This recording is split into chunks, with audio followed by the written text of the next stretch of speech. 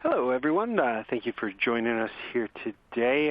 Welcome to the USC MPH Hot Topics webinar.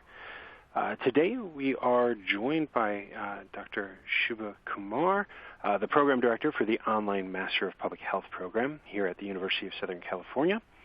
We also have Dr. Robert Vose with us here today. Dr. Vose is a professor of spatial sciences and the Director of Graduate Studies at USC's Dornsife School of Spatial Sciences.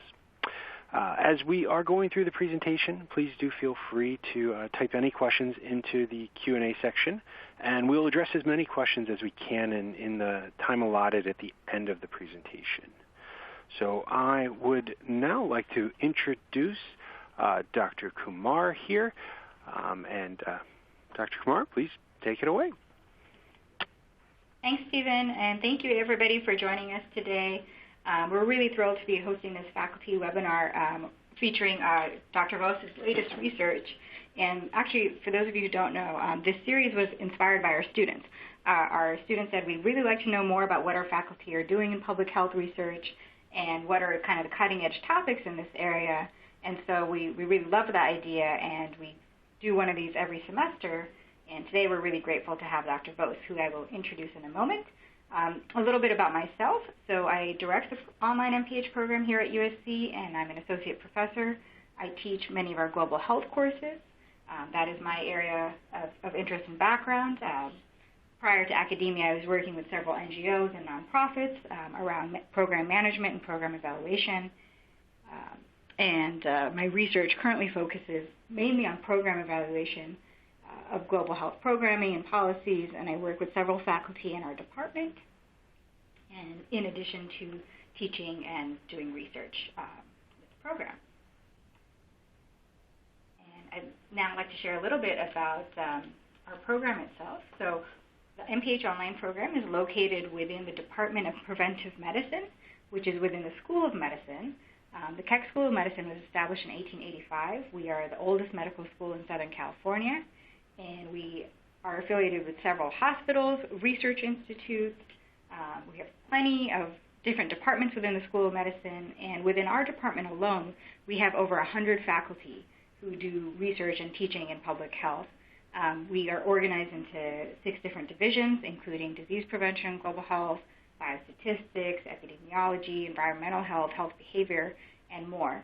And you'll be pleased to meet faculty in all these different areas who are working in different specializations within public health for those of you who are interested to get deeper into it. That's a little bit about our program, and now I'd like to introduce Dr. Vose. Dr. Vose is the Director of Graduate Studies at the Spatial Sciences Institute, and he has a PhD in political science, but he focuses mostly on environmental sustainability. And his research emphasis is in the area of industrial ecology, including materials flow analysis, eco-industrial park planning, life cycle assessment, and sustainability indicators. And many of you know sustainability is the key facet that's being looked at in today's world, whether it's in public health, whether we're talking about climate change, any of kind of major issues, sustainability is a big deal. And we're really lucky to have Dr. Vose here to talk about it more. So I will turn it over to Dr. Vose if you want to introduce yourself a little bit further than I did, and please share your presentation with us. Great. Thank you very much. As Dr. Kumar was indicating, this is a bit of a new venture for me to work on sort of health behavior and issues of cannabis retailers in California. And so I think, we'll come back at the end of my presentation a little bit to sort of the general case for GeoHealth and why GeoHealth is, I think, an emerging and important area for professional expertise and employment. But I think that, we'll be able to tap in a little bit more to my sustainability background there as well when we discuss that. But for now, we'll focus on the hot topic of the day, which is, locations of licensed and unlicensed cannabis retailers in California, a threat to health equity. And so it is a bit of a new kind of area of research for me. And so I certainly need to acknowledge my co-authors here. Jennifer Unger is the principal investigator of both this project and the project from which this project grew out of. And then Jasmine Wu and Kimberly Hardaway are really excellent undergraduate students who were research assistants on the project over the summer. Ada is a graduate research assistant, and of course, Daniel Soto is the project manager, Christopher Rogers at Preventive Medicine, and Jane Steinberg. The last author here is really a key co-author as well in terms of understanding cannabis policy and the whole kind of evolution of the cannabis situation in California and the public health implications. So with that introduction, I'll just jump ahead here. So folks are probably aware that in 1996, there was a medicinal cannabis allowable in California. It was legalized in California. And in 2016, adult recreational use was legalized via a proposition, which became the 2016 Control, Regulate, and Tax Adult Use of Marijuana Act.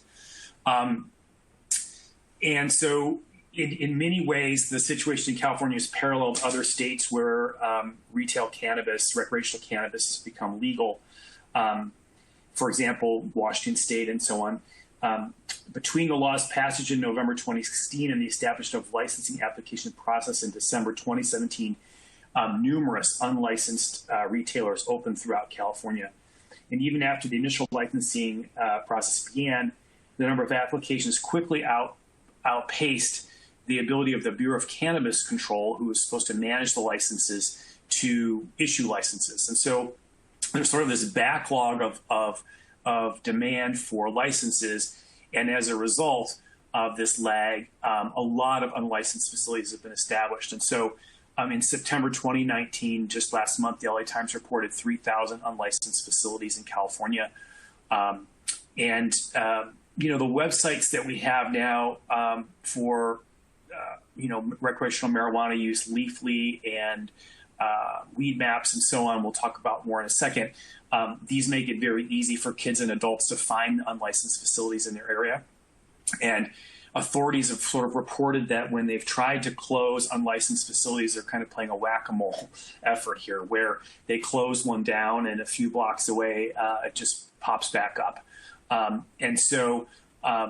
We really wanted to look at this to see, what are the implications for health equity. We discovered, as part of a larger project that I referenced earlier, where we're looking at the proximity of youth to cannabis facilities and whether or not that has an influence when controlling for a lot of other factors on the likelihood of youth initiation and youth to begin using cannabis.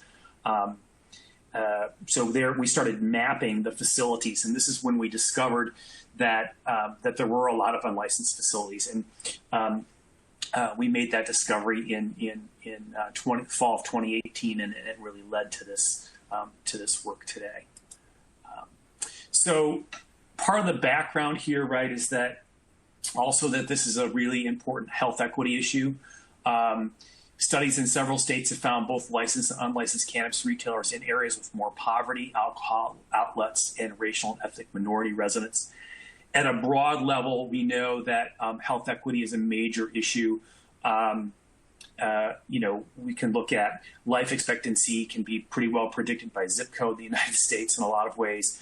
We see famous studies from England, from London, for example, where they're looking at, which tube stop you're at and how much that varies life expectancy. So we know that health equity and spatial variation in equity is a major issue. And then we know specifically, as I'm indicating here, that it's an issue with regards to substances and substance abuse. So some studies indicate that proximity exposure is a public health issue because it encourages cannabis-related medical problems, and so that's the kind of thing we're continuing to look at.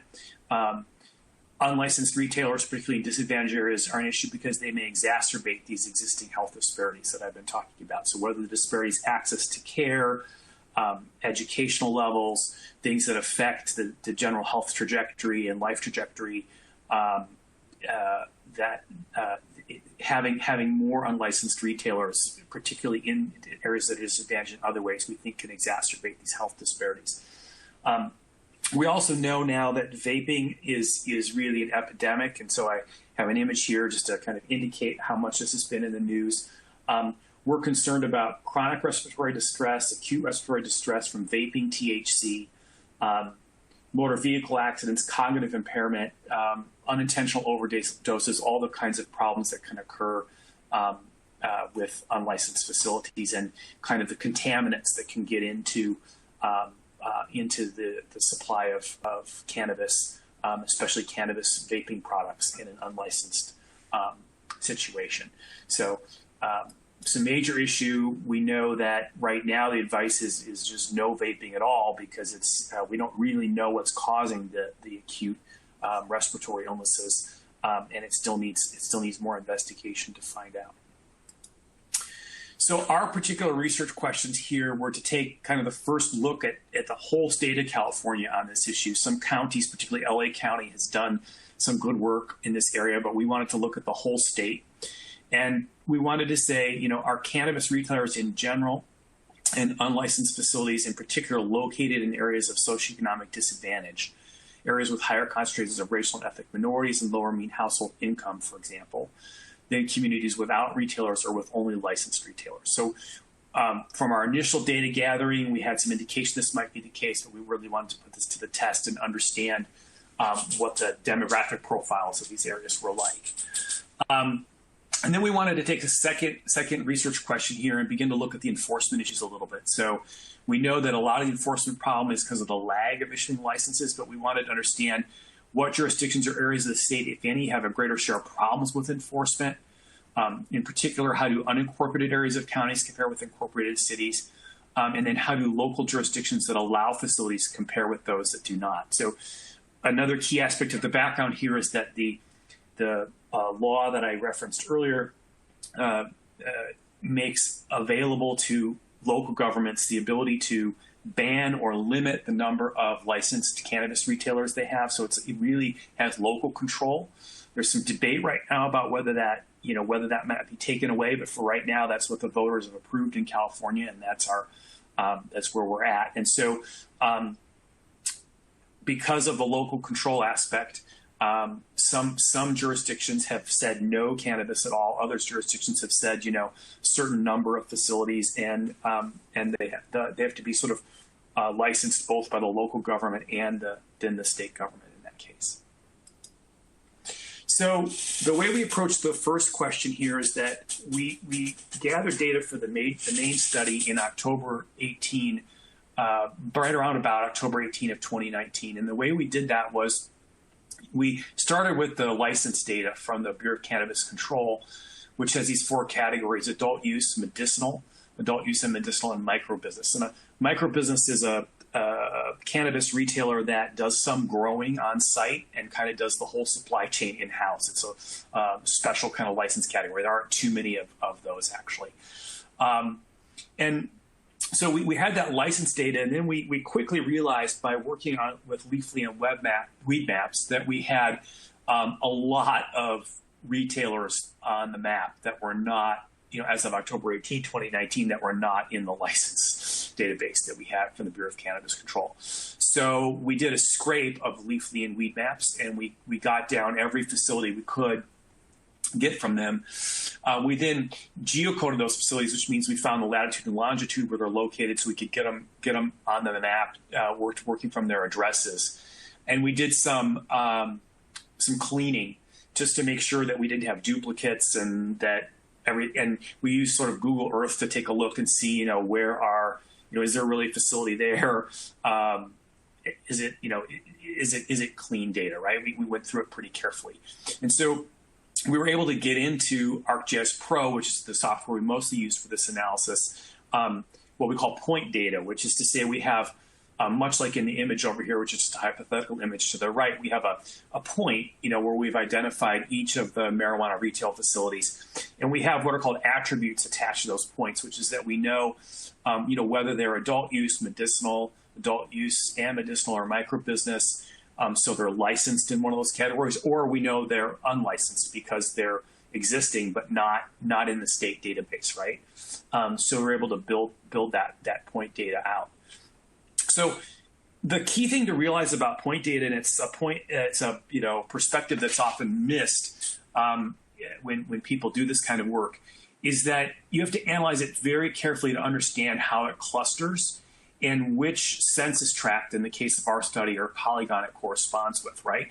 So one way to analyze this data would be to say, take the points and just, count up the number of points in each city or each unincorporated area of a county. And while that's useful in some respects, it could be misleading, right? Because you could have situations where you have a whole bunch of facilities just adjacent to the line of that city, right? That really do affect the residents of that city, but that are that you're kind of missing because of their adjacency. And so what this image on the right shows is that this is even problematic with census tracts, right? This is called the modifiable area unit problem in spatial sciences. And so what you can see if you look carefully at this figure, and it's almost hard to see, right, is that the yellow points that are on the top, the middle, and the bottom of this figure are all actually in the same place in the square, or the big square, right? But depending on how the census tracts were divided up across that square, if you counted the number of points in each census tract, right, you would have a different picture about the concentration of those points by census tract, just because of the shapes of the census tracts are arbitrary, actually, within that geography, right? So you have, in the top, in the middle, the census tracts in the middle are dark blue, representing that they have more points in them. Whereas in the image at the bottom of these three images, the census tract that's most center only has 1 point, so it's lower, right? So it's kind of what this presents here to the right is kind of a worst case scenario for this problem of the modifiable area unit problem, which is, I don't want to, spoiler alert, that it's not completely resolvable when you're working with census data, which is what we did work with in this study because it's sort of what we needed to work with. But there are some techniques that you can kind of start to work with it and understand things a little better. And so I'll show you what some of those look like as we go along here. So what we did to help with this problem is we drew what's called a service area around each of the facilities. So this image on the right here shows the difference between what would be what's called a buffer, which is if you take the dot in the middle there, imagine that's a facility, and you just draw, they take a radius of 2.5 miles, right? Or in this case, 5 miles in this example, and you just draw a circle around it. This is a little different than what we did. We drew what's called a service area, which means what we did is we followed the road network from each facility 2.5 miles in every direction. And so you get a more specific geography, as you can see in this example in the image. The service area is smaller than the buffer, right? And it also has certain areas are accessible, maybe because you can go across a bridge, or other areas are not accessible, maybe because there is no bridge there. There's no way to get from one place to the other. So it gives us the service area geography. It's fairly easy to do now in ArcGIS Pro. It's something that just a few years ago was kind of difficult to do. Actually, it's fairly easy to do now, and it gives you a pretty specific read on what neighborhoods are impacted by accessibility to this facility, right? So that's why we took that way of establishing the geography. So imagine now that we've got those points, right? So we've got 1,110 facilities, right? And we've drawn a service area for each one of them, right? And then we've got those overlaid on a map, right? So those service areas, many of them, actually in many cases, and we'll see an image later that indicates this, in many cases, the cannabis facilities are kind of concentrated in an area. So there's quite a lot of overlap of the service areas. And so what we did is we built rather large geographies to represent areas that are served by licensed facilities. So we took all the service areas, all the areas in the state of California that were defined by these service areas overlapping with one another that had only licensed facilities. So if you lived in one of those geographies, you would have a 2.5 mile drive to a licensed facility, right? Then we found areas that were served by both licensed and unlicensed facilities. So if you lived in those areas, then you would have a 2.5 mile drive to either a licensed or an unlicensed facility. sorry, you have a 2.5 mile drive to both a licensed and an unlicensed facility. And then we found the areas that were served by any facilities. So in these areas, you'd have a 2.5 mile drive to either type of facility. And then we found the areas that were served only by unlicensed facilities. So these are neighborhoods or places where you'd live, where you'd only have a 2.5 mile drive, and all you could access was an unlicensed facility in that drive. And we then took these service area geographies and we overlaid them on American Community Survey data for a 5-year estimate, 2013 to 2017. And the reason why this is key is that ACS data is a survey, right? So it has margins of error attached to each of the census tracts that are surveyed in it. By having a large, for example, 1,500 or 2,000 census tracts in the areas served only by licensed facilities, we're able to combine samples, end up with a larger total number for the sample, and therefore a lower margin of error, right? And so there's some kind of complicated statistical techniques that allow you to aggregate the margin of error, which means we could get the margins of error to a point where we could make some pretty good comparisons of these geographies. And then what we did, because a census tract might include all or only part of a given service area, what we did was we apportioned the data from the census tract to the service area, right? So if a service area only covers 50% of the census tract, then in the calculation of the mean, say number of people of Hispanic origin for that geography, we only weight 50% of that census tract's people of Hispanic origin, right? So there's some different kinds of schemes for apportioning the data, but we basically, in all cases, what we did is we apportioned the ACS data by the areal extent of the service area in the census tract, right? And so this image now just shows what would happen, right, if those census tracts were then imposed on this service area, right? And so, like the census tract in the middle, we would apportion 100% of its data towards, or nearly 100%. There's a little sliver here that's not, a little sliver in the lower right-hand corner that's not in there. But generally, we're apportioning in that fashion. So this is imagining hypothetically like what an overlay of census tracts looks like on a service area. So these were our results, and I apologize. In this presentation software, the maps lost quite a lot of their quality. But you can see here the orange in this map is unlicensed facilities only service areas. The green is licensed facilities only. The yellow is overlapping, and the gray is no facilities access. So one thing you can see right away in this map, even at this resolution, right, you can see the cutaways here for the Bay Area and for Southern California, where most of the facilities are located in the large metro areas. You can see right away that Southern California has a lot more illegal only, unlicensed only facilities, right, where the service areas are, the only thing people can access in those areas is an unlicensed facility, right?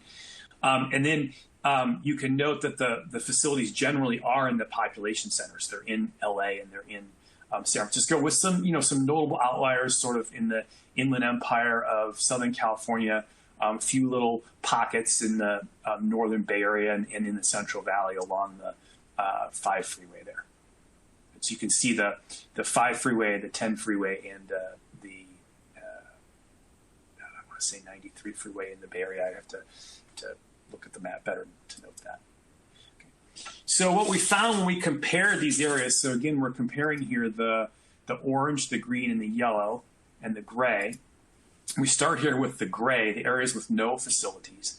And so you can see the percent of California population that has no access to facilities is about 57%, plus or minus 0.06%, 58%, plus or minus 0.06%. And you can see the percent Hispanic is relatively low. You can see the percent non-white is relatively low. You can see the mean household income is relatively high. So these are areas that don't have access to any retail cannabis facility. And then areas in the state with only licensed facility access. the mean household income is a little bit lower. The percent of population obviously is much lower. The percent Hispanic is slightly higher. The percent non-white is somewhat higher, again, within the margin of error. So when we test the hypothesis, about areas served by only licensed facilities, you're more likely to be a community of color. You're more likely to be with Hispanic residents, and you're more likely to have a lower mean household income. And so that's what the p-values here represent. And then we looked at areas served by both licensed and unlicensed facilities. So these are areas where you have, again, somewhat higher percent Hispanic than you would with only licensed facilities. You have somewhat higher percent non-white, right? And you have a somewhat lower, slightly lower mean household income. But again, given the margin of error in the data, the hypothesis test is significant in all cases, right? So when you start adding in unlicensed facilities, these tend to be more, areas where there's a health equity issue coming into play, right? Then areas served by any facility. Here you have, a larger portion of the California population now, sort of the inverse of the 57%, that has access to any type of facility.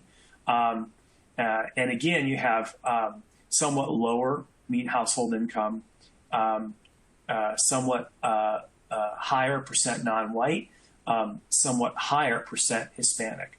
And so, again, the hypothesis tests are all significant within the margin of error. And then areas with only unlicensed facilities, you really see the health equity issue here standing out in terms of the income dropping. Yet again, the percent Hispanic going up considerably.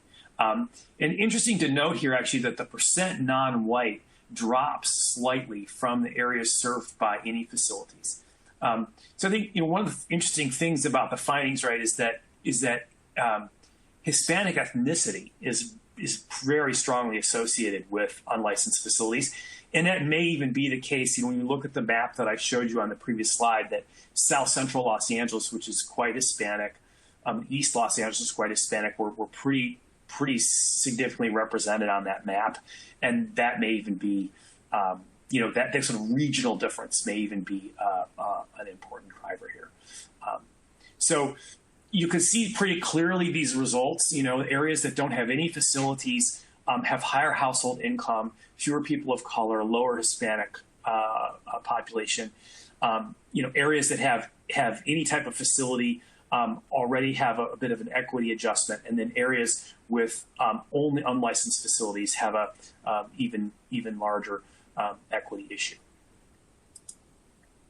So then we wanted to look at this question about enforcement. And so we took some data from the Orange County Register where they have a database of cannabis policies by localities, and we cross-referenced that with state databases and websites of local jurisdictions for October 2018 so that we could find out basically, what cities allow what type of cannabis retail as of October 2018.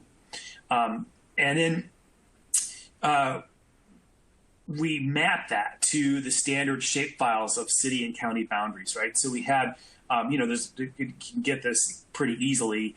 You can get the boundaries in the GIS, and then we can begin to analyze, various aspects against the points that we found against the information from those different geographies. And we use chi-square tests to detect whether actual values diverge significantly from expected values in which facilities numbers are distributed by the population of each locality. So we know within these areas how many people live, and so we figured we would, if there wasn't anything else going on, we would expect the cannabis facilities in California to be evenly distributed by jurisdiction by their population, right? So larger cities would have more facilities, and smaller cities fewer, larger counties more, smaller counties fewer.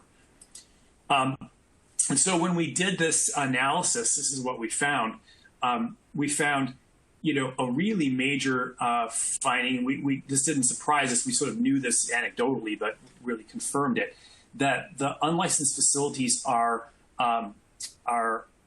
much more likely to be in an unincorporated area than in incorporated areas. So here you can see in the column where it says number of facilities, you see that there were 516 unlicensed facilities in incorporated areas and 146 in unincorporated areas.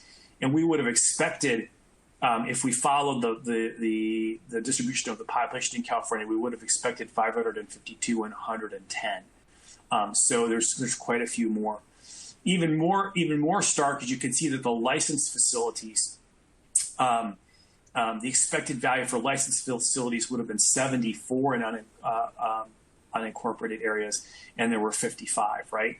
And so the licensed facilities, you can see, are overwhelmingly in incorporated areas, and in terms of the distribution. And then the third question we looked at was whether the unlicensed facilities were tended to be in localities that allow cannabis retail or in localities that don't allow cannabis retail. I mean, we actually expected, at least I think generally the team's hypothesis going in was that the localities that did not allow retail would tend to have more of the unlicensed facilities. Our thought was that, they would try to get into places where they couldn't get otherwise, right? Because they would have no chance of a license there. And actually, what we found was the opposite. What we found is that the expected value for allowed localities would be 270, but there were 408 facilities in the allowed localities, whereas the expected values in the not allowed were 392, and it was 254. And so one thing that's interesting that comes out of this work as well is that you can see that the unlicensed facilities and the licensed facilities are really just kind of right next to each other. They're often competing with one another in terms of customers and turf. And so some of the unlicensed facilities are opening in localities, and kind of maybe being able to hide in localities where there are licensed facilities, or they think they can hide there. And they have a kind of there weren't enough licenses available, or they didn't want to pay the cost of the license, or whatever the reason was. And so they ended up in that allowed locality that does have licensed facilities in it. So this is our map of the unincorporated areas of counties, and so you can of the jurisdictions, and so you can see the unincorporated areas of counties versus the incorporated cities in here, you can see from the color scheme, right, where there are cities that don't allow retail, where they allow medicinal only, where they allow adult use and medicinal, and in the unincorporated areas of counties, many of which don't allow retail at all, some of which do. And then we did this sort of final analysis where we identified enforcement laggards, and you can see those here, this final table. Basically, what we did is we looked at the population of the city versus the number of unlicensed facilities, and we found the areas that had the largest number of facilities per people, people per unlicensed facility, right? So what's really surprising here, right, is you can see a lot of these are sort of smaller areas that have a large number of unlicensed facilities. There's certainly issues going on there. Here you can see with LA County that even with its huge population, it has a large number of people per unlicensed facility. So that's a small number. So it's it's quite telling. I mean, there's one unlicensed facility for every 25,000 people in LA County, a county of 10 million people. It's kind of shocking, again, that where the enforcement issues are. Okay, so about 42% of California populations live in an area with 2.5 mile access to any type of cannabis facility, and 70% live in areas with only unlicensed facilities. As we continue the larger study that I mentioned that this is part of, if proximity matters to youth initiation and shapes cannabis use behaviors, is clearly a major health equity issue here. Strict enforcement programs and additional enforcement resources are needed to reduce risks from unlicensed retailers, some of the risks I mentioned earlier. Particular enforcement attention is needed in unincorporated areas of counties and more resources needed to support a licensing process. Only 619 licenses have been issued so far. So we're starting to see the licensing process pick up pace just in the last few days here. There's some articles coming out about some cities that are working through the process, but we're still quite a bit lagging, and there's quite a bit more resources and strategies needed for enforcement to really ultimately to protect the license industry. The license industry is having a very hard time competing, I think, with the proliferation of unlicensed retail. So in terms of future work, we're working on a longitudinal study, as I mentioned, of whether and in what ways proximity to facilities plays a role in youth initiation of health behaviors around consumption of cannabis products. The map I'm showing here shows our actual point data, and I'm using a statistic here called kernel density estimate to basically visualize the clustering of these facilities, because as I mentioned, oftentimes they are kind of right next to each other. And so this particular technique, what it does is it divides the whole surface of the state up into small grids. And we found that a small grid is pretty telling in terms of this. And then it looks at how many facilities are within that little small grid and how many are adjacent to it at a distance band that we tell it to look at. And so we can start to get measures not just of who has access bottom line to a facility, right? But where are the facilities really clustered and who has access to a lot of facilities and a lot of ease of access, right? And so that's the kind of further exploration that we're involved in. And eventually these kinds of statistics could be used to help explain, why facilities cluster where they do, perhaps even help to target enforcement efforts around unlicensed facilities. So I thought I would just take 1 minute here and address go back to the broader frame here of GeoHealth. Why the GeoHealth combination? Hopefully some of the power of that is evident from the presentation I just gave. There is a lot of software and a lot of spatial data being developed, and the development is very rapid. And so when we can give you spatial thinking, we can give you the concepts and the body of knowledge that I showed here on the left about how to work with that data. And we can give you some skills in cartography so you can make really good maps. We can give you the ability to analyze relationships between data and populations like I did in this study. I think that it's a very powerful tool set for a professional in the public health space nowadays. And then finally, remote sensing is also a very powerful part, and it's why it's one of the courses in our GeoHealth concentration. This is a study that shows a very different look at kind of how spatial sciences plays out in public health using remote sensing. And so this was a master's thesis in the Spatial Sciences Institute Geographic Information Science and Technology program that from somebody who then later got a PhD in public health as well. And here the thing was to look into pesticide exposure and hepatocellular carcinoma rates. And GIS was used to determine the type of crops that were being planted in California. And then knowing that, we could zero in on the type of pesticides and the inventories of pesticides for counties, and we could sort of estimate where those pesticides are being applied on particular fields. And so you could take someone's residence here, for example, and take a buffer around it and say, what might their exposure be like?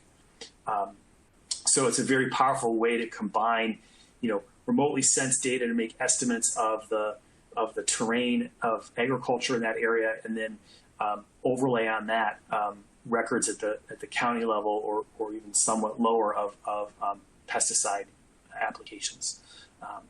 So very often in the GeoHealth world, the exposure estimates are a big part of the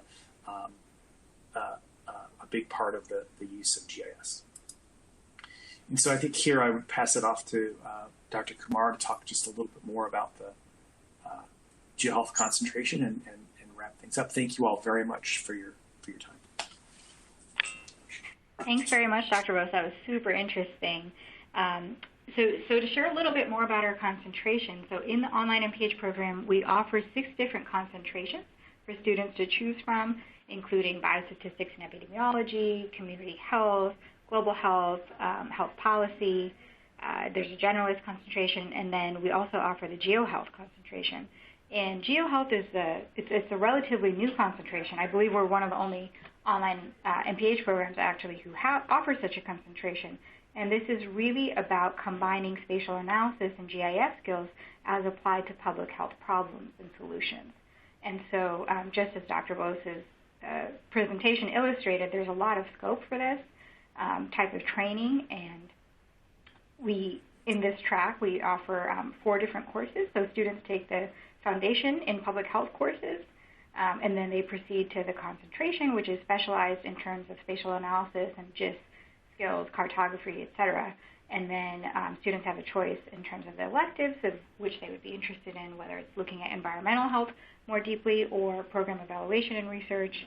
And then students, after the concentration, proceed to work on their practicum, which is essentially about a 300-hour internship or hands-on experience students can complete anywhere in the world, for that matter, where their interests lie. So if you're doing, project in the GeoHealth track, of course, that could be anywhere where public health and spatial analysis matters, which is everywhere. So students in this track often will choose to work with county health departments, also NGOs, also with policy tanks. And I'd actually like to turn it over to Dr. Vose just before we get into the Q&A. If you can talk a little bit more about where students with this type of training end up. What kinds of jobs do they get? And what type of growth do you see in this sector? Yeah. I think there's a lot of growth in this sector. I think, if you look at the leading public health textbooks now, methods textbooks, they almost always have a chapter on GIS, right? I mean, this goes back to John Snow and cholera mapping in London. And so as the software and the tools become more powerful, there are more things to look at, right? From vector-borne illnesses, why does a particular vector thrive in one type of climate, and how do we measure that climate using remote sensing, and so the job possibilities are really, I think, wide. So most county health departments have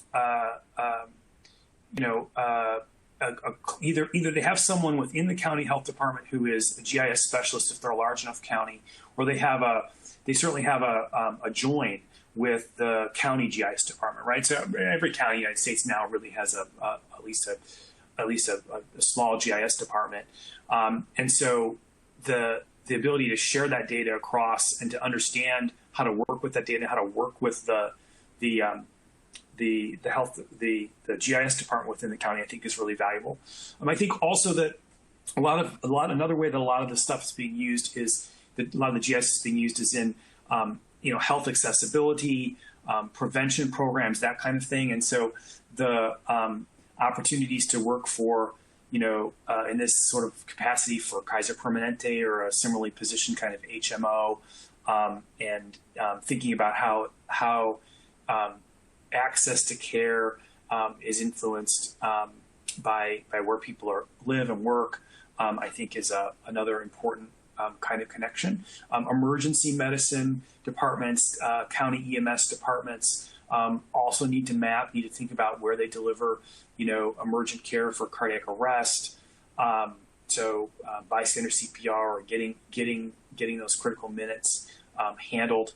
So there's just a wide variety, and then of course global health and the approach with working for NGOs on rapidly emerging diseases and those kinds of issues as well. So I think there's opportunities in the government sector. There's opportunities in the non-governmental with non-governmental organizations, and then there's opportunities also in the private sector.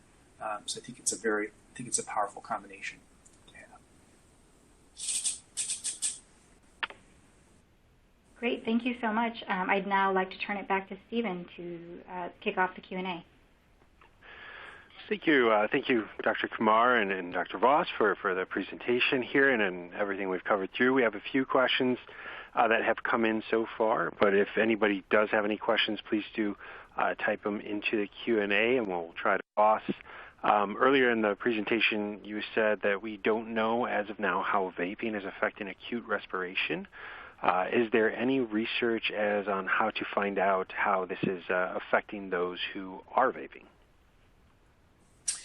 Yeah, so I would need to defer to my co-authors for a really good look at the most recent research on like long-term effects of vaping, right? Clearly, because a few things to say about it, right? So clearly, the FDA allowing vaping to move forward several years ago for tobacco products has really spiked rates of youth addiction to nicotine, right? And so nicotine addiction has all sorts of health effects of which I'm not expert. And so those are questions I would need to put to my colleagues in public health. What I was really referring to is just that I think public health authorities have been very surprised by the acute respiratory disease resulting from vaping, and what doesn't seem to be figured out yet is whether there's a particular constituent in some of the products that's causing the acute respiratory effects, or whether in fact it might even just be the process of vaping itself and the inhalation of humid chemical. So that seems to be something that they're trying to. It's really being treated like an outbreak investigation now, I think, and I think we'll learn more about it in the coming months. Thank you. I think next angled to you as well. Do you think city officials had any idea how many unlicensed facilities would pop up so quickly, or were they naive and not ready for enforcement, or not concerned about the issue? Yeah. Well, it's hard. We did do some interviews with law enforcement folks as we were working on the project. We didn't really do a survey of exactly what the law enforcement challenges are and where they were coming from. I think they were, from the interviews we did this summer, I think they were caught by surprise by the large number of unlicensed facilities that sprung up, and a lot of the cities didn't have the right resources and programs in place to deal with it. So I think it's probably is fair to say that, even without doing more research. But I think that's something that deserves more research, just to look at how the local officials were interacting with this law as it was being developed. And I think kind of along that, as you said, the kind of questions that might not have come up in these questionnaires, but as well posed by the same person, is the benefit of not getting a license worth the risk, or are these facilities turning big profits? Yeah, well, I think it's pretty clear that they're profitable, and they're running sort of on a shoestring, and and so even when a city is aggressive and turns off the utilities in one location, they pop up in another location. So I think it clearly is something where they can turn a profit at it. I'm not, I think they're generally smaller operations. So then the license industry, right, is coming to be some rather large players there. On the license industry side, so I think what you're seeing is small players taking a cut at the profits of the legal industry, basically. Sure. Thank you, and as well to you, Dr. Vose. Is a study like yours normally commissioned by the city, law enforcement? And as well, what kind of training and results interpreting is involved? So in our case, we funded this study with internal funding at USC. We have a small fund for research for undergraduates, and so we use that mostly that. Other than that, we also piggybacked on the study. Our larger study is founded by the Bureau of Cannabis Control.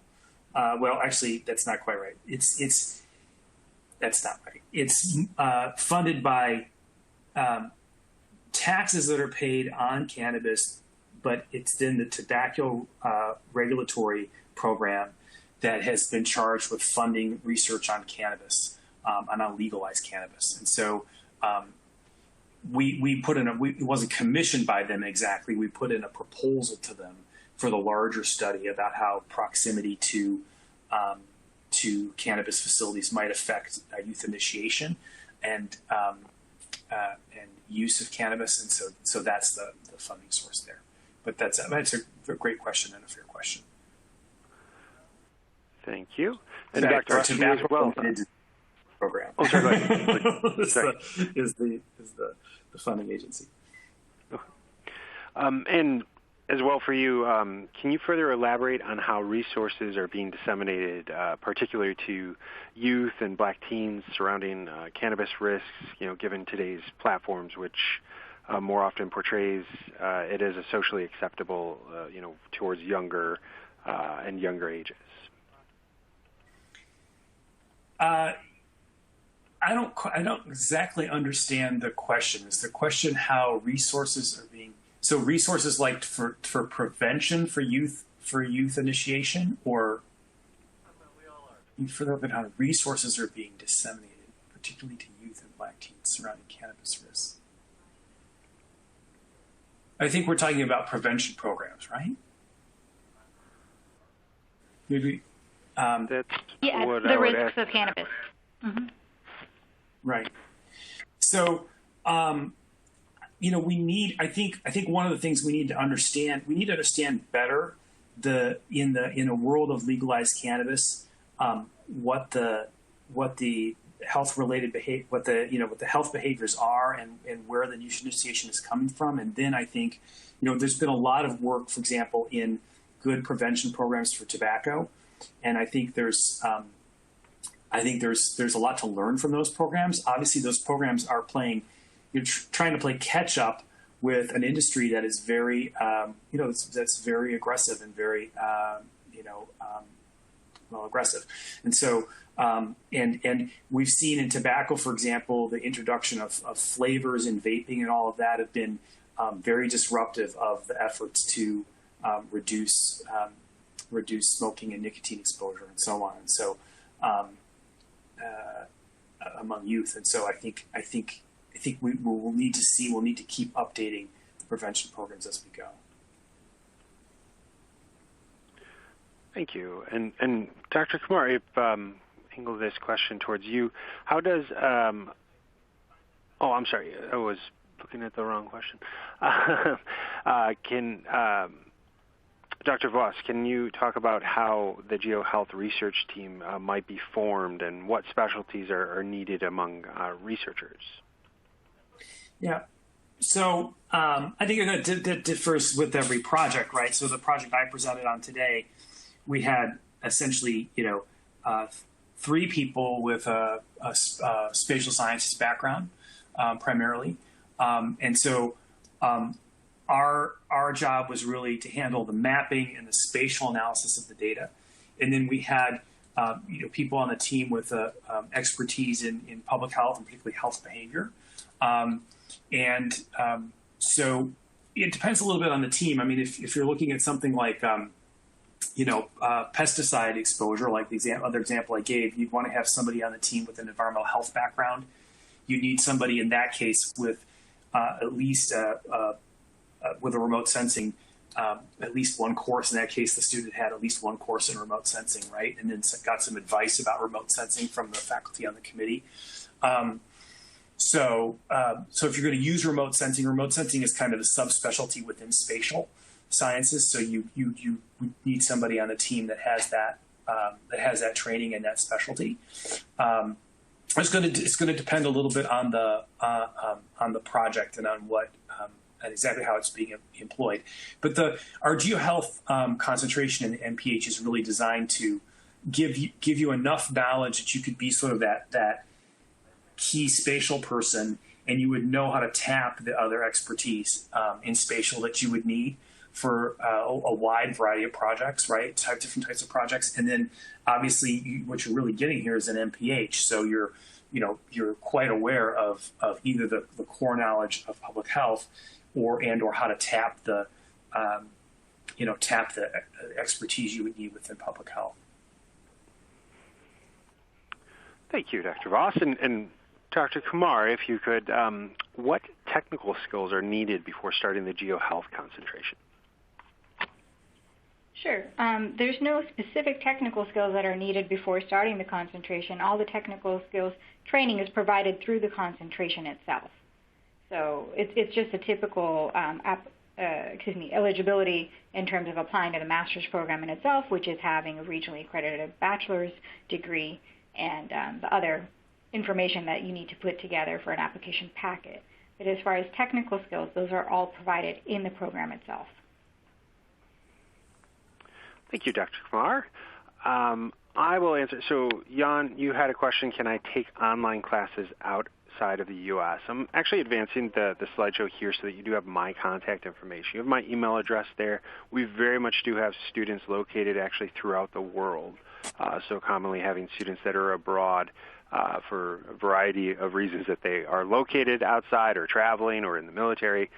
So very much possible into that, but I'd love to connect with you specifically to help you through the exact requirements and what exactly would be needed in being eligible and applying for the program here. So please do feel free to email me directly, as you'll see it now on the slideshow. And then I would say next for Dr. Vose, is there discussion about entrepreneur programs that can be offered to incentivize legal facilities? Well, the license industry, I think, so there are a lot of the BCC has a lot of outreach to help people start businesses. So I think in terms of entrepreneur programs, probably the other way, the way I didn't look at it in my presentation, but the other way to look at the health equity question is there's a lot of concern about allowing people an entryway into legal cannabis businesses in communities that bore the brunt of enforcement in the days when marijuana was illegal, right? And they bore the brunt of enforcement in the war on drugs. And so that's the way the licensed cannabis industry, the legal industry, looks at the question of equity. And there's been a lot of outreach from the Bureau of Cannabis Control to assist people, help people, so that smaller players have an opportunity to capitalize and open licensed facilities and so on. Obviously, the lag in approving applications doesn't help matters in that sense. But that's what I'm aware of in terms of outreach to help legal facilities be legal. Clearly, the license industry, the legal industry, has a vested interest now in eliminating, to the degree possible, the unlicensed industry in California, because it's just competition for them, and against businesses that don't have to pay the taxes and that don't have to overcome the requirements of licensing, which are challenging. So I think that's there's going to be I think a push from the legal industry here to eliminate the unlicensed industry as well. Thank you, Dr. Vose. And that does take us about to the time allotted for the presentation for the webinar here. If there are any other questions, you can type them in and I can reach out to you directly, or please feel free to contact myself directly. My contact information, again, is there. I would like to thank Dr. Kumar and Dr. Vose for your time here, as well as all of the attendees for joining us here today. And I hope everybody has a great rest of the day.